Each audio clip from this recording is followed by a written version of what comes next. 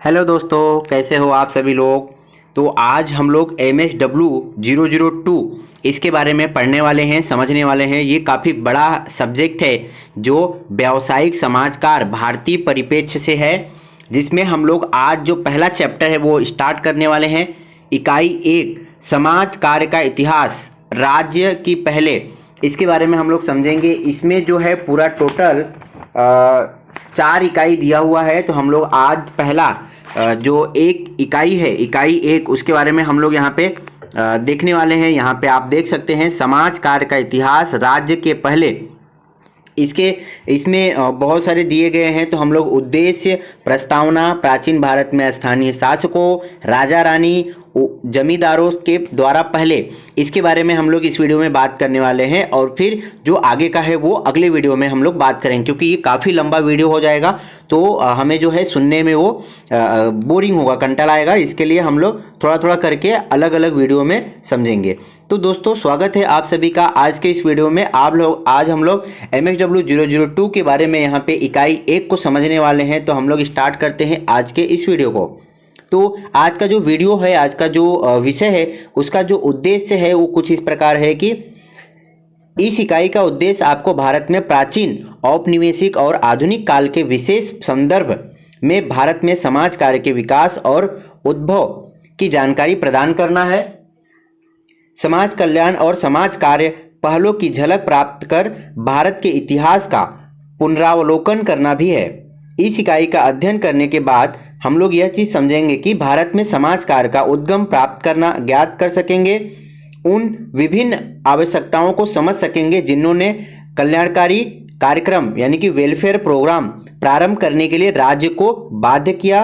विकास कल्याणकारी योजना सेवाओं में धार्मिक विचारधाराओं, कृतियों और संस्थाओं का प्रभाव जान सकेंगे।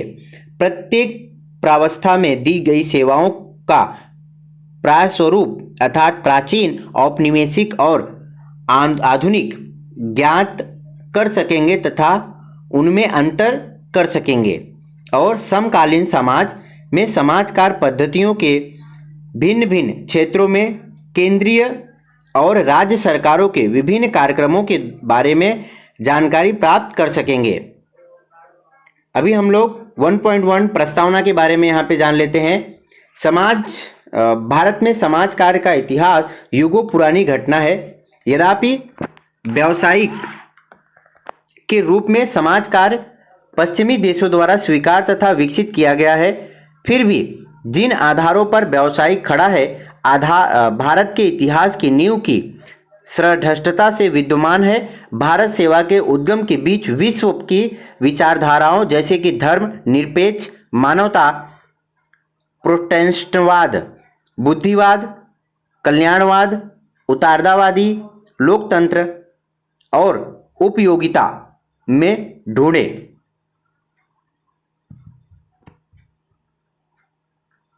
जा सकते हैं। कल्याण की धारणा भारत में धर्म की जड़ों से उत्पन्न हुई मानवीय पीड़ाओं और स्वार्थी इच्छा भी मानव समाज में विद्यमान थे और इसी प्रकार मानवता को सुरक्षा प्रदान करने के लिए पारंपरिक सहायता में विद्यमान थी। इस इतिहास में राजाओं, रानियों, जमींदारों,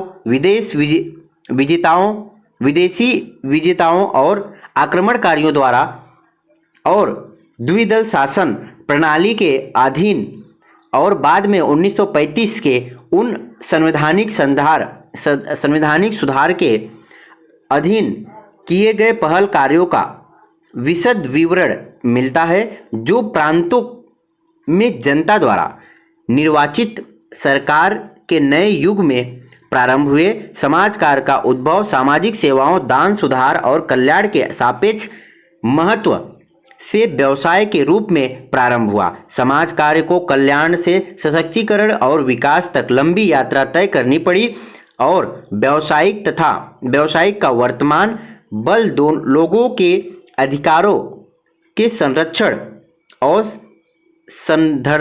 संवर्धन पर है।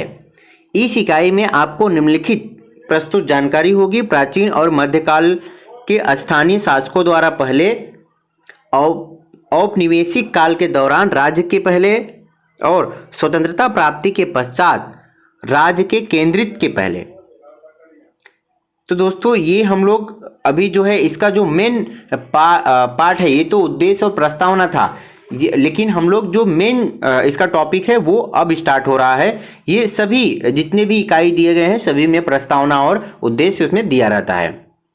तो 1.2 जो है प्राचीन भारत में स्थानीय शासकों, राजा रानी, जमींदारों के द्वारा जो पहले, इसके बारे में हम लोग यहाँ पे समझने वाले हैं। तो वीडियो थोड़ी सी लंबी हो सकती है क्योंकि ये चैप्टर काफ़ी बड़ा है और इसमें जितने भी इकाई हैं सभी इकाई बहुत बड़े बड़े हैं, ठीक है।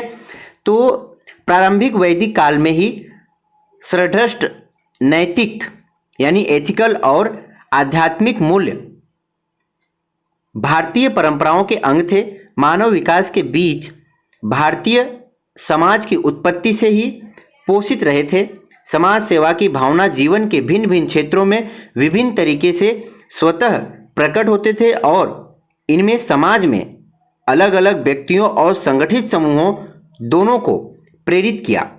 प्राचीन काल के दौरान कल्याण के आयाम विविध तरीकों से विकसित हुए, परंतु हम इस इकाई में केवल महत्वपूर्ण प्रावस्थाओं जैसे पूर्व दैविक काल और गुप्त काल के स्वर्ण युग प्रकाश डालेंगे। पूर्व वैदिक काल यूरोप और यूनान के अन्य समाजों की भांति अन्वेषण का युग रहा है और भारत इसका अपवाद नहीं रहा है। पर्यावरण में मानवतावादी के संबंध प्रारंभ से ही विद्यमान थे और जीवित रहने के आधार था। इस काल के दौरान समाज के पास बहुत सी योजनाएं थी। योजनाबद्ध इमारतों और वास्तुकाल के साथ शहरीकरण की शुरुआत की गई। यह विश्वास किया गया है कि कानून, सीमा शुल्क, कृषि, धर्म जैसी प्रथाएं आर्यों के भारत आगमन से पहले विद्यमान थी और लोगों का मार्गदर्शन करती थी। आर्यों के आगमन से पहले लोगों की स्वप्रेरित की देशी प्रणालियों विद्यमान थी। बाद में 1922 से 1923 ईस्वी में हुई खोजों के सिंध में, हड़प्पा और मोहनजोदड़ो में प्रयुक्त प्रौद्योगिकी के बारे में ज्ञात होता है। उत्कृष्ट और उत्पन्न नगर नियोजन समाज के प्रत्येक वर्ग अर्थात धनी और निर्धन की स्वीकृति दर्शाती है। भवन की डिजाइनिंग और पैटर्न इस प्रकार के थे जो ऐसी उन्नत वास्तुकला और प्रशासन दर्शाते हैं कि जो आवश्यकता पर आधारित थे। उन्नत तथा सुनियोजित सार्वजनिक स्थलों, जल निकासी प्रणाली से कल्याणकारी प्रशासन की झलक मिलती है। इस निर्धारित नियमों के साथ सामुदायिक जीवन का पैटर्न प्रदान करता है और यह लोगों के मैत्रीपूर्ण समाज का उदाहरण है। यह उल्लेख करना महत्वपूर्ण है, महिलाओं को उच्च स्तर का सम्मान और प्रतिष्ठा दी जाती है। लिंग भेदभाव आज चुनौती बन गई है, परंतु यह उल्लेख करना गौरव की बात है कि समाज कार्य के उच्च विचार सिंधु घाटी सभ्यता के दौरान व्यवहार में लाए गए थे। न केवल मानव प्रणालियों को ही नहीं अपितु पशुओं को भी सम्मान दिया जाता था। भगवान शिव को इस आदिकालीन वास्तुकला में पशुओं का स्वामी के रूप में चित्रित किया गया है।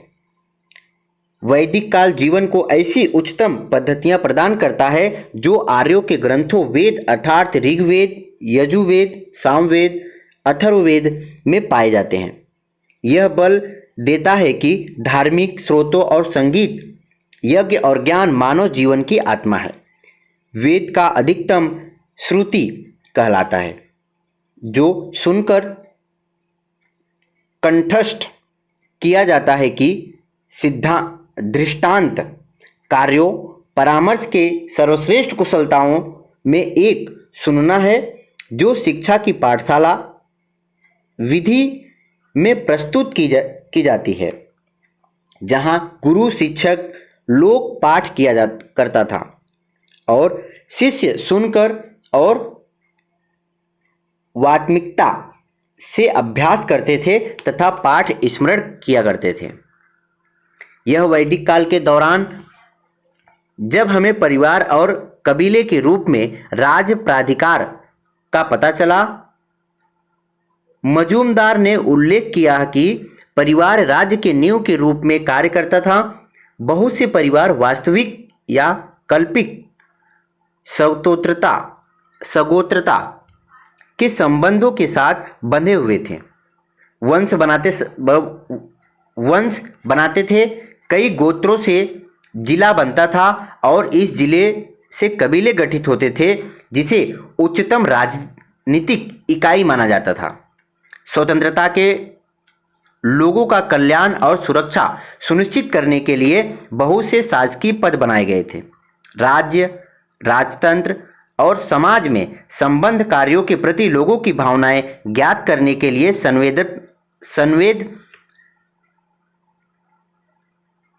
संदेशवाहक और गुप्तचर थे। आज भी हम देखते हैं कि आवश्यकताओं और जानकारी का आकलन तथा इन आवश्यकताओं की प्राथमिकता निर्धारण समस्या समाधान की दशा में सबसे अधिक महत्वपूर्ण कदम है। आवश्यक प्रथाएं अनिवार्यतः सामाजिक जीवन का सारभार बनाती हैं। आज भी विवाह, शिक्षा, धर्म, कानून आदि विद्यमान हैं जिनका आविर्भाव वैदिक काल के दौरान हुआ था। विधानसभाओं को सभा और समिति कहा जाता था। उन्हें निर्णय करने के लिए गठित किया जाता था और लोगों को सहभागिता सुनिश्चित की जाती थी। वैदिक काल में दान और नैतिकता के रूप में समझा जाता था। जरूरतमंदों और भिखारियों की सहायता की प्रशंसा नैतिक व्यवहार के रूप में की जाती थी। यह निकलता जा सकता था कि समाज कल्याण के बीच भारतीय उपमहाद्वीप में प्रासंगिक सभ्यता में बोए गए थे। दान के बारे में भारतीय साहित्य में प्रचुर कहानियां हैं। हमारे पास ऐसे कई उदाहरण हैं, जैसे महाभारत में पात्र कर्ण को दानवीर के रूप में, राजा हरिश्चंद्र को सत्यवादी के रूप में और राजा भोज को ऐसे न्यायप्रिय शासक के रूप में माना जाता है जिनकी न्याय प्रणाली मानवीय मूल्यों पर आधारित थी। प्रकृति और पर्यावरण का सम्मान और संरक्षण करना धर्म का अंग समझा जाता था। जिन मूल्यों को आज अपनाने के लिए विचार किया जा रहा है वे भारतीय समाज के इतिहास के अंग थे। यह प्रारंभिक वैदिक काल के दौरान था। महिलाएं सम्मान स्थिति का उपयोग करती थी। महिला ऋषियों, अपाला, सावित्रियों, मैत्री घोष का उल्लेख किया जाता है।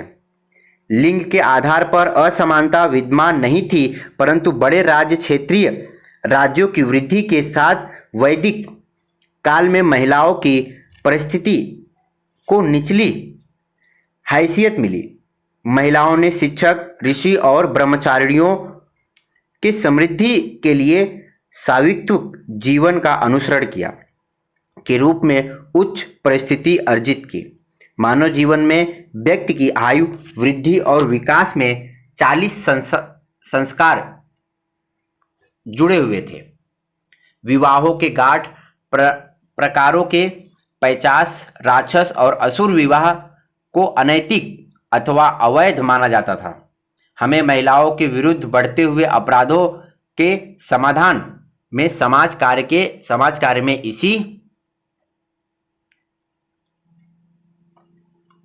प्रकार की समकालीन चुनौतियां मिलती है। प्राचीन काल की आश्रय पद्धति में मानव जीवन में अनुशासन प्रदान करने के लिए संबंधों से जुड़ी हुई कर्तव्य सौंपे हैं।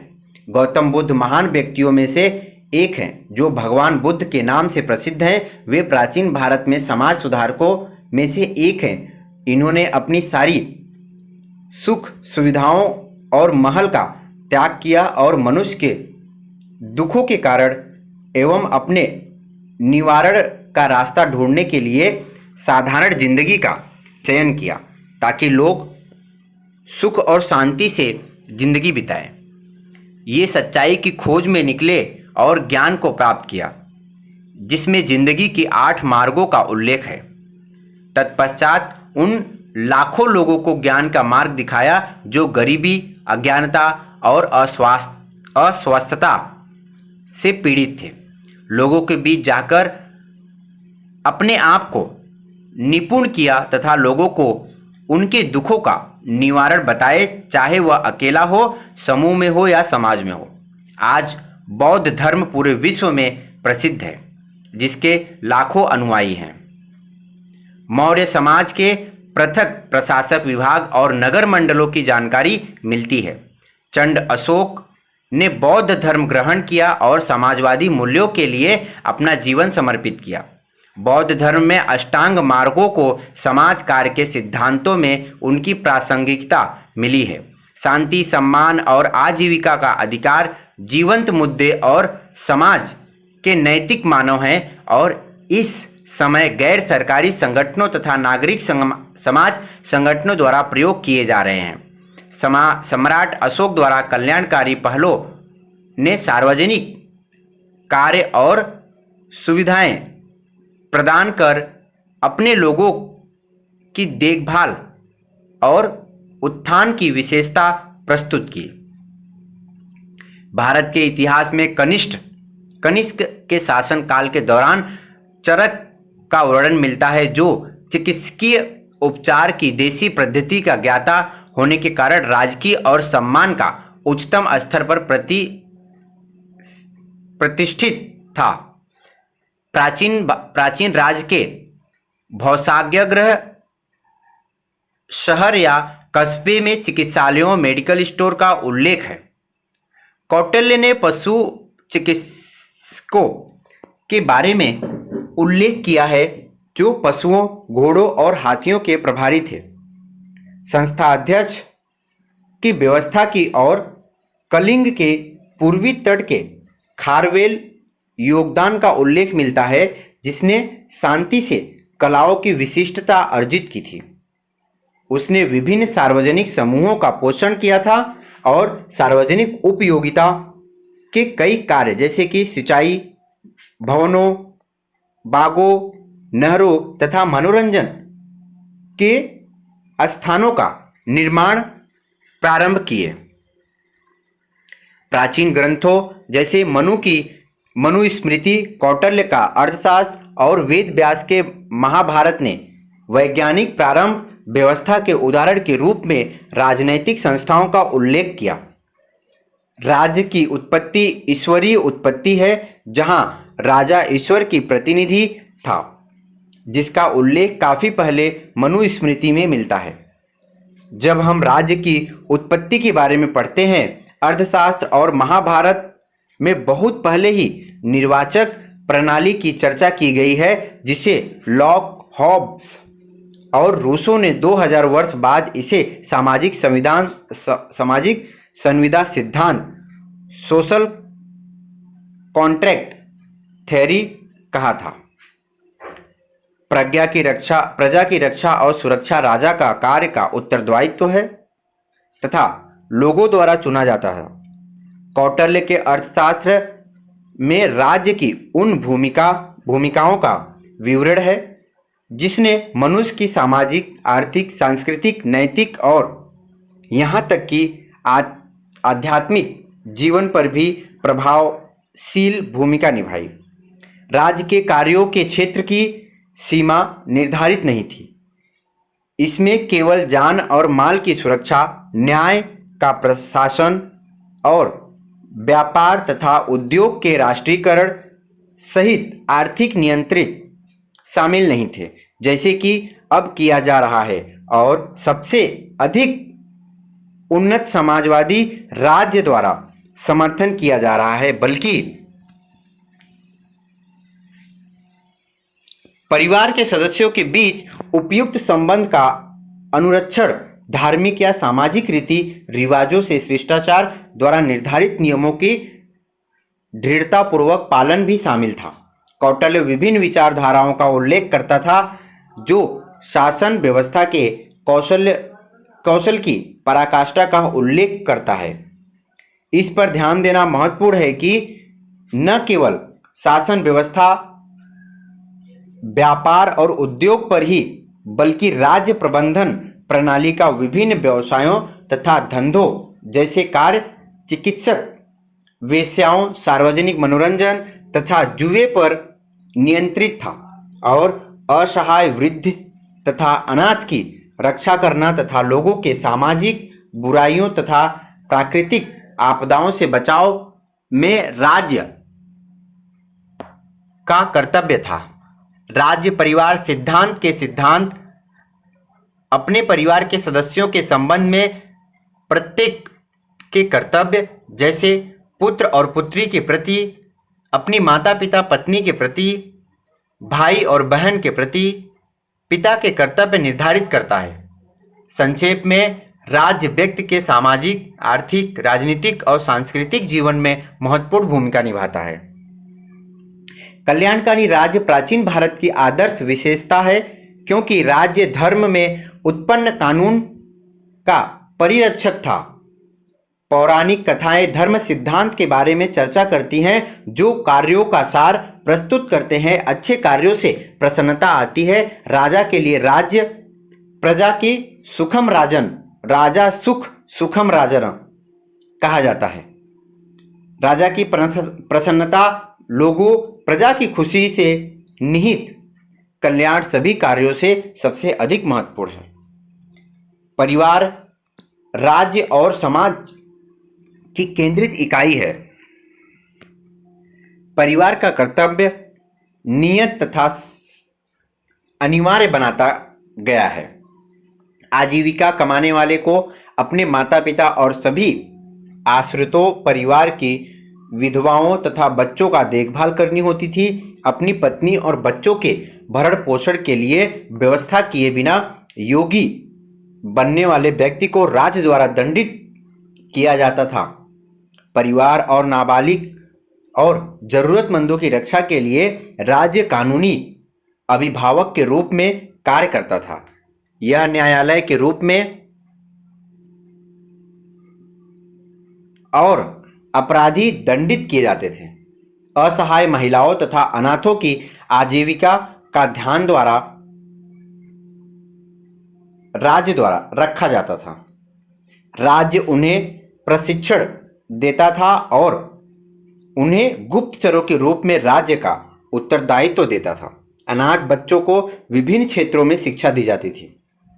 गरीबों की सहायता करना राज्य के महत्वपूर्ण कार्यों में एक था। प्राकृतिक आपदाओं के दौरान सहायता तथा रक्षा करना राज्य का कर्तव्य था। आश्रितों और रोगी व्यक्तियों के लिए विशेष प्रयास किए जाते थे। परिवारों और जरूरतमंदों के ब्यौरे राज्य द्वारा तैयार किए जाते थे।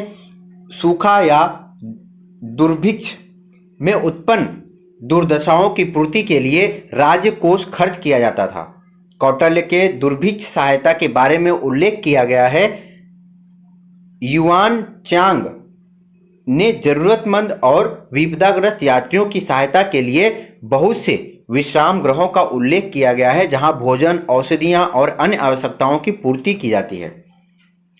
राज्य उनको रोजगार कार्य प्रदान करता था, जिन्हें अपने भाग्य के भरोसे छोड़ दिया जाता था। ऐसे असहाय, विधवाओं, विकलांग महिलाएं, वेश्याओं की माताएं आदि आश्रितों को देखभाल की जाती थी और उन्हें राज्य की उत्तरदायित्व ग्रहण करने के लिए प्रशिक्षित किया जाता था। जो महिलाएं अकेली होती थी, उन्हें लोगों की गतिविधियों और मंशाओं पर नजर रखने के लिए गुप्तचर और मुखबिर के रूप में कार्य करने के लिए रखा जाता था।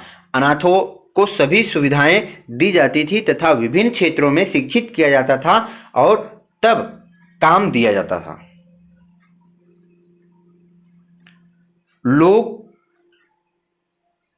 लोग मैत्रीपूर्ण व्यवहार नीतियों का निष्पादन किया जाता था।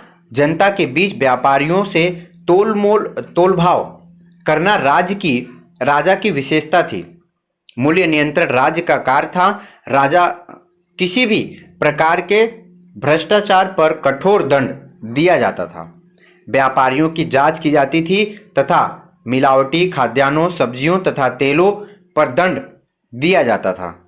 गलत तराजू और नाप तोल प्रयोग करने वाले व्यापारियों को दंडित किया जाता था। उन्हें जुर्माना सहित दंड दिया जाता था। मकान और घर दोबारा बनाए जाते थे और जल परियोजना तथा सिंचाई व्यवस्था राज्य द्वारा आरंभ की जाती थी। प्रजा की सहायता सामग्री और धन दिया जाता था। भूराजस्व लंबित किया जाता था। बीज ऋण प्रदान किए जाते थे। लोगों में भोजन वितरित किया जाता था। दस्तकारी और बुनाई एक ऐसा व्यवसाय था जिन्हें महिलाएं अपनाती थी और राज्य संशोधन और सामग्री से उनकी सहायता करती थी। जो भूहीन थे उन्हें राज्य की भूमि पर किसानी और मजदूर के रूप में कार्य किए जाते थे। मजदूरी और शोषण पर विवादों को निपटाने के लिए श्रम न्यायालय की स्थापना की गई थी। गुलामों के व्यवसायिक स्पष्ट किए गए थे। मालिकों का अधम कार्य में अपने गुलामों का प्रयोग न करने के लिए सावधान किया जाता था, जैसे कि मृतकों को ले जाना, मलमूत्र या ऐसा अन्य अपशिष्ट भोजन का जूठन को साफ करना। समाज कार्य की चिंताओं में एक सफाई कर्मियों के अधिकारों को पुनः प्रतिष्ठित करना है। उन दिनों के कार्य की प्रतिष्ठा की रक्षा राज्य की जाती थी। मालिकों को यौन आनंद के लिए महिला गुलाम का प्रयोग करने का अधिकार नहीं था। नगर प्रशासन विद्वानों, मनोरंजन केंद्रों, वन भूमि, सिंचाई कार्य, श्मशान घाट, भोजनालय और यात्री निवास के निर्माण के लिए उत्तरदायी था। गांवों की समुचित सीमा, लोगों की विस्तृत जानकारी, लेखा जोखा और उनके नाम, भूमि की बिक्री और हस्ताक्षर का पंजीकरण, परिवार के सदस्यों और पशुओं की संख्या की गणना पर नियत करना, सक्षम प्राधिकारी द्वारा स्वीकृत करों का संग्रह और छूट, व्यवसाय आधारित श्रेणियों, व्यापारियों, सौदागरों, मजदूरों, कारीगरों और गुलामों की गणना, जन्म और मृत्यु, आय और व्यय का रिकॉर्ड रखने का कार्य करता था। गोप दृष्टि लोगों की सूची बनाए रखने तथा व्यक्ति को अपने संपत्ति, आय और व्यय का विवरण रखने के लिए प्राधिकृत थे। उन नगरपालों और स्थानिकों का उत्तरदायित्व प्रत्यायोजित होते थे जो नगर प्रशासन और स्थानीय प्रशासन में प्रभारी थे। सार्वजनिक खाते में छल कपट और गबन अथवा चोरी का गंभीर अपराध माना जाता था तथा भ्रष्टाचार समाप्त करने के लिए दंडों की सूची बनाई गई थी।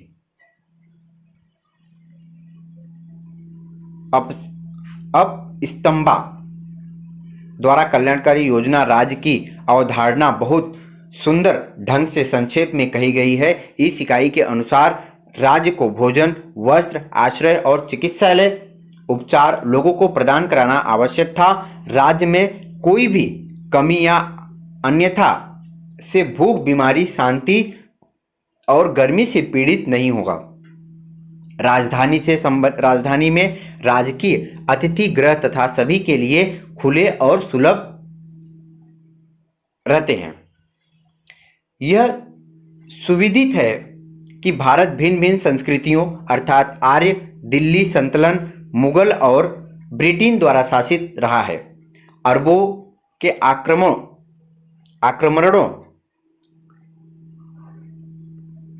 ने व्यापार और वाणिज्य को बढ़ाया है।